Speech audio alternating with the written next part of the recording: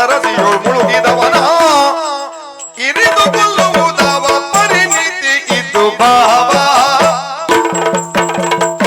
ಸ್ವಾಮಿ ಲಾಲಿಪುದು ಮಾತ ಲೋಕವಿಖ್ಯಾತ ಸ್ವಾಮಿ ಲಾಲಿಪುದು ಮಾತ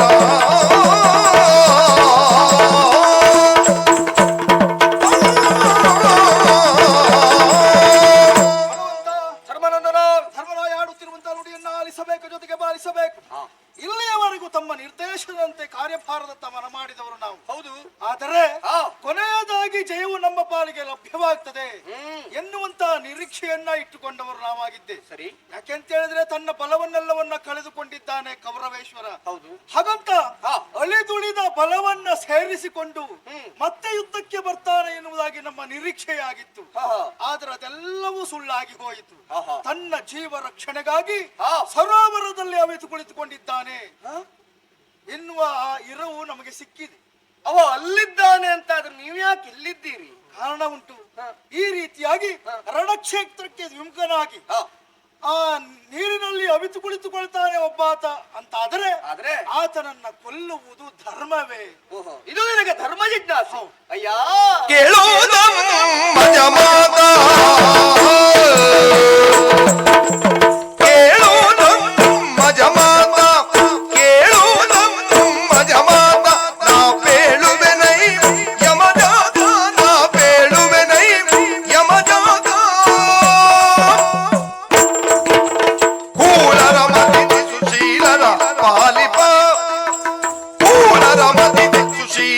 ಪಾಲಿಪ ಸುಶೀಲರ ಪಾಲಿಪ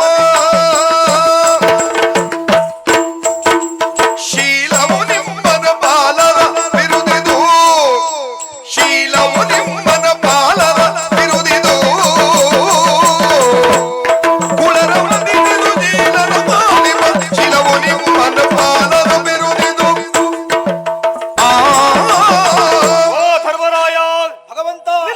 ಧರ್ಮ ಜಿಜ್ಞಾಸೆ. ದ್ವೈಪಾಯನ ಸರೋವರದಲ್ಲಿ ಅಡಗಿ ಕುಳಿತಿರುವಂತಹ ಕೌರವನನ್ನ ಕೊಲ್ಲುವುದು ಸರಿಯೇ? ನಿನ್ನಂತವನಿಗೆ ಧರ್ಮ ಜಿಜ್ಞಾಸೆ ಎಂಬುದು ಬಂದ್ರೆ ಖಂಡಿತವಾಗಿಯೂ ತಪ್ಪಲ್ಲ. ಆದ್ರೆ ಈ ಸಂದರ್ಭಕ್ಕೆ ಬಂತಲ್ಲ, ನಿಜವಾಗಿ ನನಗೂ ಬೇಸರ ಆಗುತ್ತದೆ. ನಿಮ್ಮ ಪರಿಸ್ಥಿತಿಯನ್ನ ನೋಡಿದ್ರೆ ಒಂದು ಮಾತು ನನಗೆ ನೆನಪಿಗೆ ಬರುವುದು. ಅತಿ ದಾಕ್ಷಿಣ್ಯ ಯುಕ್ತಾನಾಂ ಶಂಕಿತಾನಾಂ ಪರಾಪವಾದ ವೀರುನಾಂ ದೂರತೋ ಯಾಂತಿ ಸಂಪದ. ಯಾರು ಅತಿಯಾದಂತ ದಾಕ್ಷಿಣ್ಯವನ್ನ ಮಾಡುತ್ತಾರೋ, ಪರಾಪವಾದಕ್ಕೆ ಯಾರು ಅಂಜುತ್ತಾರೋ ಅಂತವರಿಂದ ಸಂಪತ್ತು ಎಂಬುದು ದೂರ ಸರಿಯುತ್ತದೆ. ಬಹುಶಃ ನಿಮ್ಮ ಪರಿಸ್ಥಿತಿ ನೋಡಿಯೇ ಇರಬೇಕು.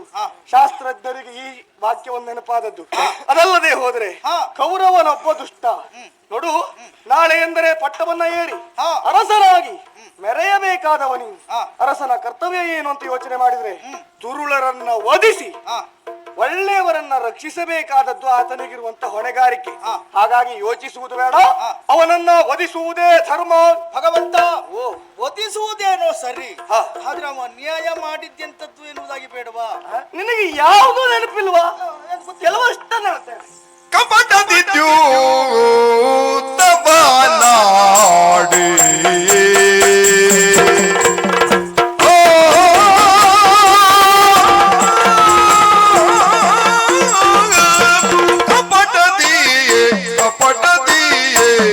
ಕಪಟದಿ ಕಪಟದಿ ಯೂಥವ ಆಡಿ ಕಪಟದಿ ಕಪಟದಿ ಕಪಟದಿ ಕಪಟದಿ ಕಪಟದಿ ಯೂಥವ ಯೂಥವ ಯೂಥವ ನಾಡಿ ನಿಮ್ಮ ವಿಪಿನ ಕಟ್ಟಿದ ಕೋಡಿಯೇ ವಿಪಿನ ಕಟ್ಟಿದ ವಿಪಿನ ಕಟ್ಟಿದ ವಿಪಿನ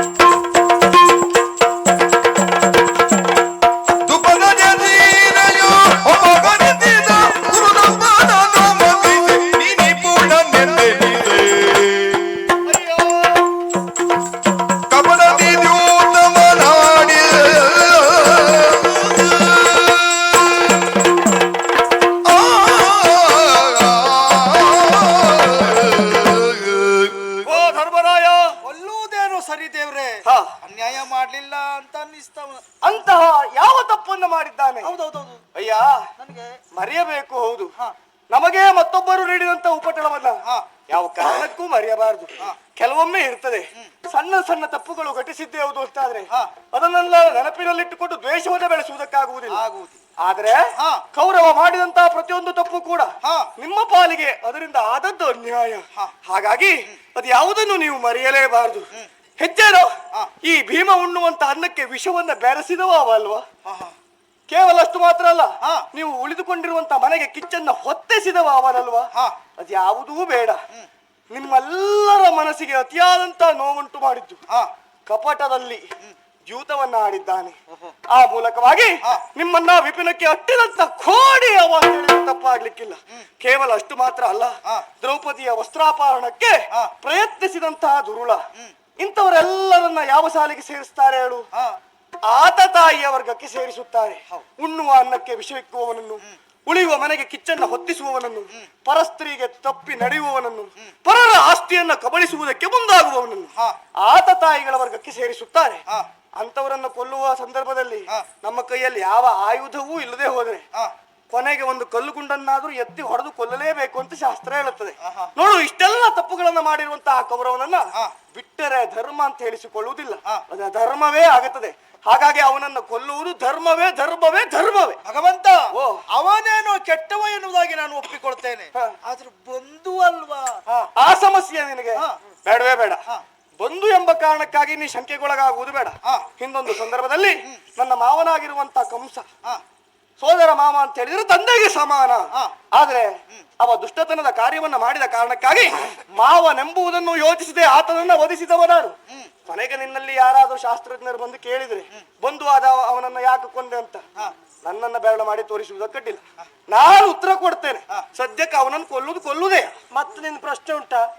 ಅಲ್ಲಿ ಇದ್ರೆ ದಾರಿ ಮೇಲೆ ಕೇಳ್ತಾ ಹೋಗುವ. ಅವ ಮತ್ತು ಬದುಕ್ತಾನೆ ಇನ್ನು. ಪ್ರಶ್ನೆ ಇಲ್ಲ. ತಡ ಮಾಡ್ಲಿಕ್ಕಿಲ್ಲ.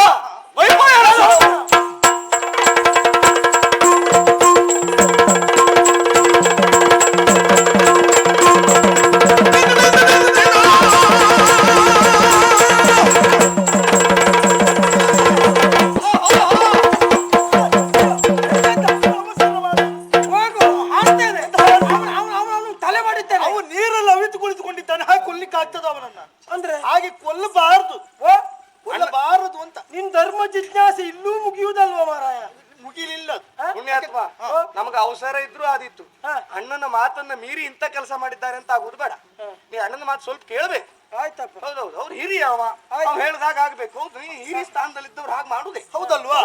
ಈಗ ನೋಡು, ಕೌರವ ಹೆದರಿ ಹೇಡಿಯಾಗಿ ಸರೋವರದಲ್ಲಿ ಅವಿತು ಕುಳಿತುಕೊಂಡಿದ್ದಾನೆ. ಆತನನ್ನು ಹೋಗಿ ನಾವು ಈಗ ಕೊಲ್ಲುವುದಲ್ಲ, ಸರೋವರದಲ್ಲಿ ಹೋಗಿ ಕೊಲ್ಲುವುದಲ್ಲ. ಅಡಗಿ ಕುಳಿತುಕೊಂಡಿರುವಂತಹ ಮೇಲೆ ಕರೆಯಿಸಿ ಕೊಲ್ಲಬೇಕು. ಬರ್ತಾನ?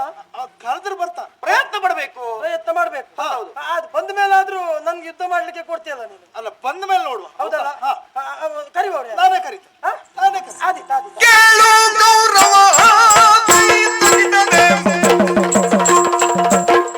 ಕೇಳು ಗೌರವ ಪುತ್ರ ಮಿತ್ರಾದಿ ಬಾಂಧವ ಜಾಲವ ನಿಕ್ಕಿ ಸಂಗರದಿ ಬೀಳಲು ಬಹುದೇ ನೀ ಸರೋವರಗಳು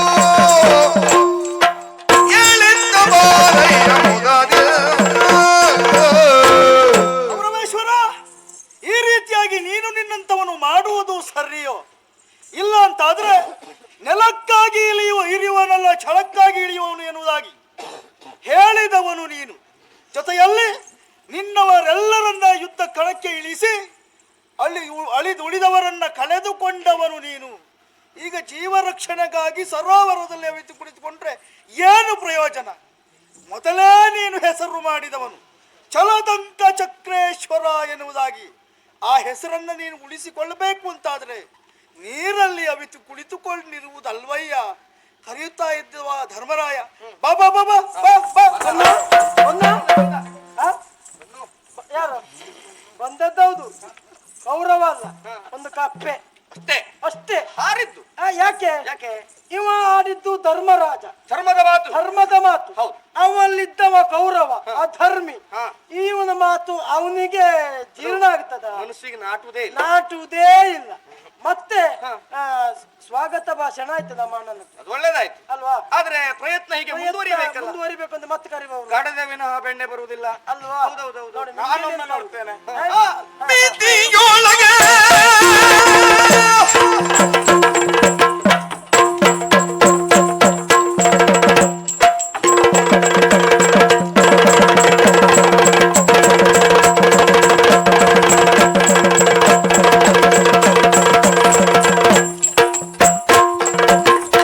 ಪ್ರೀತಿಯೊಳಗೆ ನೀರು ಹೊಕ್ಕಿದ್ದು ತುಲಕವ ಖ್ಯಾತಿಯ ಬರೆದಿದೆ ರಾಯ.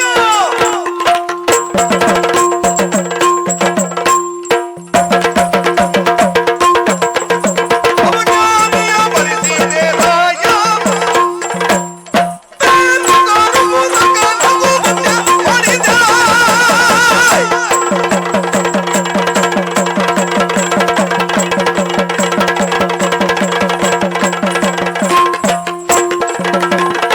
ಪೇತುಗನು ಗುದಗ ನಗುವಂತೆ ಮಾಡಿದೆ ಮುದಳಾದಿವನೇ ಹರಯ್ಯ ಹರಯ್ಯ ಹರಯ್ಯ. ಪೇತುಗನು ಗುದಗ ನಗುವಂತೆ ಮಾಡಿದೆ ಮುದಳಾದಿವನೇ ಹರಯ್ಯ. ಯಾದನ ಏನೋ ಇದು ಅಲ್ಲದ ಇದ್ರೆ ಇನ್ನೊಂದು ಸಂದರ್ಭ ಸಭಾ ಪರ್ವದ ಕಾಲದಲ್ಲಿ ಆ ಹೆಂಗಳೆಯರ ಮುಂದೆ ನಮ್ಮ ಮಡದಿ ಆಗಿರುವಂತ ದ್ರೌಪದಿಯ ಸೇರಿಯ ಸೆರಕಂಬಗೆಳೆಯುವಂತ ಸಂದರ್ಭದಲ್ಲಿ ಹೇಳಿದ್ಯಲ್ಲ, ಅಥವಾ ನಿನ್ನ ಹೋರಾಟದ ಹೆಚ್ಚಿನ ಕಿಚ್ಚಿನ ನುಡಿಗಳು ಎಲ್ಲಿ ಹೋಯ್ತಾ? ಅಲ್ಲದ ಇದ್ರೆ ಈ ಹೊತ್ತು ಹೋರಾಟದ ಸಮರಾಂಗಣದಲ್ಲಿ ಹೋರಾಟ ಮಾಡಲಾಗದೆ ಕೈ ಸೋತು ಅವಿತು ಕುಳಿತುಕೊಂಡಿದ್ದೀಯ. ಇದು ನಿನ್ನಂತವನಿಗೆ ಭೂಷಣವ ಕೇಳ್ತೇನೆ. ಹಾಗಂತ ನೀನು ಹೋರಾಡುವ ಬಟ ಹೌದು ಅಂತಾದ್ರೆ ಈ ಹೊತ್ತು 3 ಲೋಕದ ಗಂಡು ಪಾರ್ಥ ಇದಿರಾಗಿ ನಿಂತಿದ್ದೇನೆ. ಹೋರಾಡುವ ಸಾಮರ್ಥ್ಯ ನಿನ್ನಲ್ಲಿ ಉಂಟು ಅಂತಾದ್ರೆ ಬಾರ.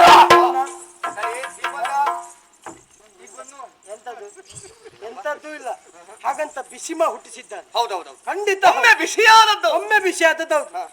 ಇವ ಮಾತಾಡಿದ್ದು ಮಾತು ನೀರಿನವರೆಗೆ ಹೋಯ್ತು ಬಿಟ್ಟು ನೀರಿನ ಒಳಗೆ ಹೋಗ್ಲಿಲ್ಲ.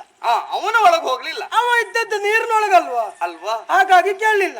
ಈಗ ಉಪಾಧ್ಯಕ್ಷರ ಭಾಷಣ ಆಯ್ತು. ಈಗ ಇನ್ನು ನಾವೇ ಪ್ರಯತ್ನ ಪಡುದು. ಅಧ್ಯಕ್ಷರ ಭಾಷಣ ಅವನಿಗೆ ನನ್ನ ಮಾತೇ ಬೇಕು, ನನ್ನ ಭಾಷಣವೇ ಬೇಕು ಅಂತ ಉಂಟು. ಹೌದಾ? ಅವನನ್ನು ಕರೆಯುವುದು ಹೇಗೆ ಗೊತ್ತಾ? ಎಲ್ಲವೋ ಭಕ್ತರ ಭಾವ. ಎಲ್ಲವೋ ಭಂಡರ ಭಾವ. ಚಂದನ ತಿಲಕ ಕೇಳಿಲೆಯಳು ಕೇಳಿಗಳೊಡೆಯ. ಜಲದಿಂದ ತನಿಗೈದೆ ಪಾರಿದ್ದು ಕೆಡುಕರ ಕುಲದಿರೋವಳಿಯೇ ಕೇಳಯ್ಯ. ಓ ಕೌರವೇಶ್ವರ, ಹಾಗಲ್ಲ. ಎಲ್ಲವೋ ಭಂಡರ ಭಾವ, ಷಂಡರ ಕುಲ ತಿಲಕ, ಇಳೆಯೋಳತಿ ಹೇಡಿಗ ರೋಡೆಯ. ದೇವ್ರೆ, ಭೀಮಸೇನ, ನಿಮ್ಮ ಮಾತನ್ನ ನಾವು ವಿರೋಧಿಸ್ತೇವೆ ಅಂತ ತಿಳ್ಕೊಳ್ಬಾರ್ದು. ನೀವು ಯಾವತ್ತು ಹಾಗೆಲ್ಲ ಮಾಡುವವರಲ್ಲ. ಮೊದಲೇನು ಹೇಳಿದ್ರಿ? ಭಂಡರ ಭಾವ. ಅಲ್ಲ, ನಾವು ನಿಮಗೆ ಭಾವಂದಿರೆ. ಹೌದೌದೌದು. ಯಾಕೆ ಮಾತಾಡಿದ್ರಿ ಅಂತ ಅರ್ಥ ಆಗ್ಲಿಲ್ಲ. ಅದು ನಿಮಗೆ ಸ್ವಲ್ಪ ತೊಂದರೆ ಆದದ್ದೌದು. ಹೌದು. ನೀವು ನಿಮಗೆ ಹೇಳಿದ್ದು ಅಂತ ಭಾವಿಸುವುದು ಬೇಡ. ಮತ್ತೆ ಅವನಿಗೆ ಆ ರೀತಿಯಾಗಿ ಹೇಳುವುದಕ್ಕೆ ಕಾರಣ ಏನು ಗೊತ್ತಾ? ಏನು? ಅವನಿಗೊಬ್ಬ ಭಾವ ಇದ್ದಾನೆ, ಹಾ. ಜಯದ್ರಥ. ಹೌದೌದು. ಮದುವೆಯಾದಂತ ಅಂದಿನಿಂದ ಇಂದಿನವರೆಗೂ ಹಾ. ಅವ ಇಲ್ಲಿಯೇ ಉಳ್ಕೊಂಡದ್ದೇ ಬಿಟ್ರೆ ಅವನ ಮನೆಗೆ ಹೋದದ್ದಿಲ್ಲ. ಅಂದ್ರೆ ಮಾವನ ಮನೆಯಲ್ಲಿ ಬಿಡಾರ ಮಾಡುವವರಿಗೆ ಹೌದೌದು, ಬಂಡ್ರ ಭಾವ ಅಂತ ಹೇಳುದು. ಹಾಗೆ ಹೇಳಬೇಕು. ಸಾಯುವಲ್ಲಿವರೆಗೂ ಇಲ್ಲೇ ಇದ್ದಾನೆ ಅವ. ಹಾಗಾಗಿಯೇ ಭಂಡರ ಭಾವ ಅಂತ ಕರೆದದ್ದು. ಸರಿ ಸರಿ. ಇನ್ನು ಷಂಡರ ಷಂಡರ ಕುಲ ತಿಲಕ. ಹೌದು. ಒಂದು ಸಂದರ್ಭದಲ್ಲಿ ಈ ಕೌರವೇಶ್ವರ ಹಾ. ಘೋಷಯಾತ್ರೆಯನ್ನು ನಡೆಸಿದ್ದ. ಹೌದಪ್ಪ. ನಿಮಗೆಲ್ಲ ಸ್ವಲ್ಪ ಉರಿ ಕೊಡಬೇಕು ಎಂಬ ಕಾರಣಕ್ಕಾಗಿ. ಸರಿ. ಆ ಹೊತ್ತಿಗೆ ಆದ ಪ್ರಕರಣಗಳೆಲ್ಲವೂ ನಿನಗೆ ನೆನಪುಂಟು. ಖಂಡಿತ. ಇವನ ಜೊತೆಗೆ ಬಂದವರೆಲ್ಲ ಓಡಿ ಹೋದದ್ದು, ಓಡಿ ಹೋದ್ರು. ಅದೆಲ್ಲ ಮತ್ತೆ ಹೇಳುವುದೇ ಬೇಡ. ಅಂತ ಷಂಡರ ಜೊತೆಯಲ್ಲಿರುವಂತ ಇವನಿಗೆ ಷಂಡರ ಕುಲ ತಿಲಕ ಅಂತ ಹೇಳ್ಬೇಕಾ ಬೇಡವಾ? ಸತ್ಯ. ಇನ್ನು ಇಳೆಯೋಳು ಹೇಡಿಗಳೊಡೆಯ. ಅದು ಯಾಕೆ? ಉತ್ತರ ಗೋಗ್ರಹಣದ ಕಾಲದಲ್ಲಿ ಹಾ. ಇವನ ಜೊತೆಗೂಡಿ ಬಂದಿರುವಂತಹ ಕರುಣ, ಹಾ. ದುಶ್ಯಾಸನ ಹಾ. ಮುಂತಾದ ಸುಭಟರು ಅಂತ ಹೇಳಿಕೊಂಡ. ಎಲ್ಲರೂ ಬಂದದ್ದು. ಮತ್ತೆ ಉಂಟಾ ಮೇಲೆ ಹೌದು. ಯುದ್ಧ ನಡೆಯುವ ಸಂದರ್ಭಕ್ಕೆ ಎಲ್ಲ ಓಡಿ ಹೋದದ್ದೇ. ಹೊರಗಿದ್ದಾರೆ. ಅಂತ ಹೇಡಿಗಳಿಗೆ ಇವ ಒಡೆಯ ಅಂತ ಕರೆಸಿಕೊಳ್ಳುವವ. ಸರಿ. ಅದಲ್ಲದೆ ಹೋದ್ರೆ ಆ ಹೊತ್ತು ಇವನೇ ನನ್ನಲ್ಲಿ ಆಡಿದಂತಹ ಮಾತು, ಸಂಧಾನದ ಕಾಲದಲ್ಲಿ ಹಾ. ಪಾಂಡವರು ನನಗೆ ಹಗೆಗಳಲ್ಲ, ನೀನಗಡು ಕೃಷ್ಣ ಎಂಬ ಹಾಗೆ ಹಾ. ಆ ಹೊತ್ತು ನನ್ನನ್ನ ಬಂಧಿಸುವುದಕ್ಕಾಗಿ ಪ್ರಯತ್ನ ಪಟ್ಟವ. ಕೌರವ, ಇವತ್ತು ಬಂಧಿಸುವುದಕ್ಕೆ ನಾನೇ ನಿನಗೆ ಸಮಯವನ್ನು ಕೊಡ್ತೇನೆ, ನಾನೇ ಬಂದು ನಿಂತಿದ್ದೇನೆ. ಇಲ್ಲ, ಹಗ್ಗದ ವ್ಯವಸ್ಥೆಯೂ ನಮ್ಮದೇ. ಸರಿ. ಅಷ್ಟು ಧೈರ್ಯ ಇದ್ರೆ ಬಾರ, ಮ್ಯಾಲ್ ಬಾರ ನೋಡ್ಕೊಳ್ತೇನೆ ಬಾರ. ಮತ್ತೆ ಈಗ ಬರ್ದೆ ಎಲ್ಲಿ ಹೋಗ್ತಾವ? ಯಾರು? ಗೌರವ ಬರುವುದೂ ಇಲ್ಲ. ನನಗೆ ಗೊತ್ತಿತ್ತು. ಯಾಕೆ ಬರುವುದಿಲ್ಲ?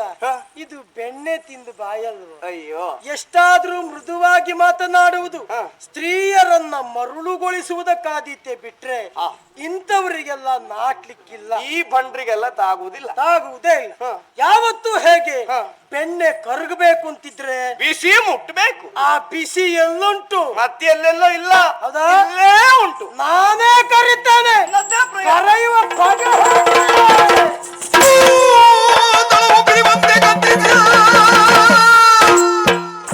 ಭೂತಳವು ಬಿರಿವಂತೆ ಗರ್ಜಿಸಿ ಹೋದ ಸಂಭವನಂದು ಮಗು ರೋಷಾತಿ ರೇಖನೆ ಜರೆದು ನುಡಿದನು ಸುಪ್ರತಾಪಕವ.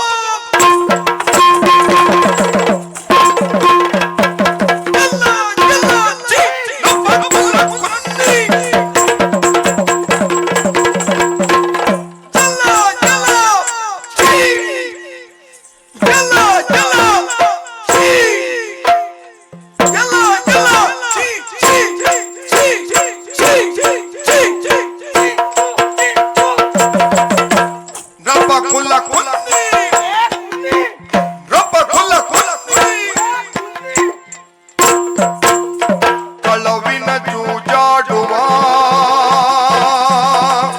ಕಳವಿನ ಜೂಜಾಡುವ ಕಳವಿನ ಜೂಜಾಡುವ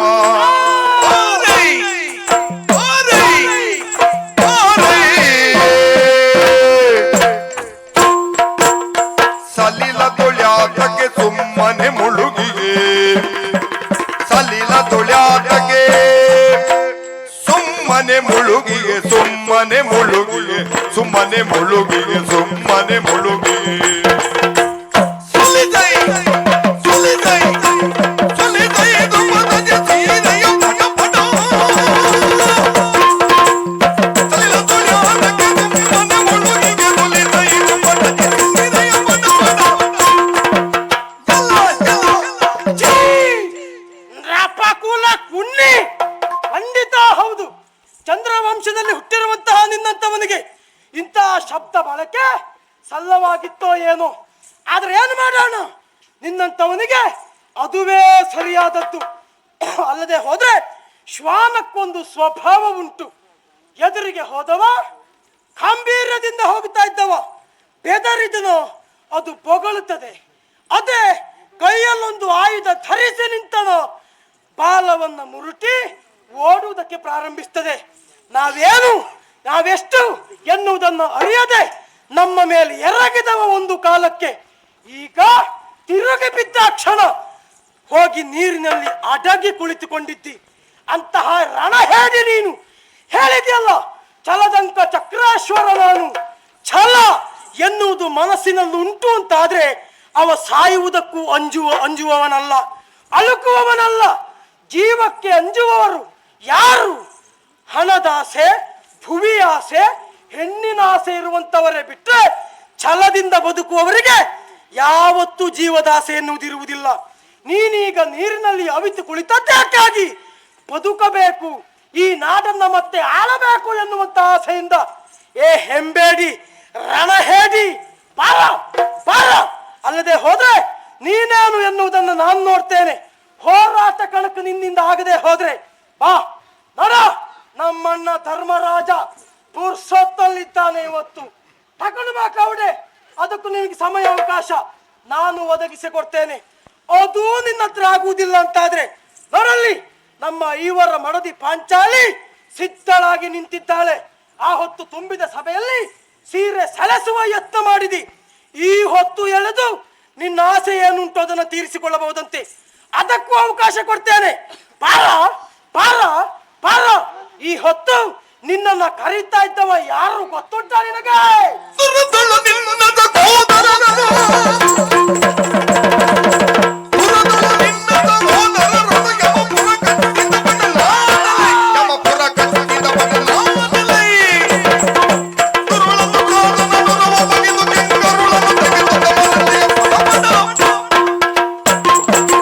ನಿನ್ನನ್ನ ಕರೆಯುತ್ತಾ ಇದ್ದವ ಒಬ್ಬ ಸಾಮಾನ್ಯ ಎನ್ನುವ ಹಾಗೆ ಭಾವಿಸಬೇಡ.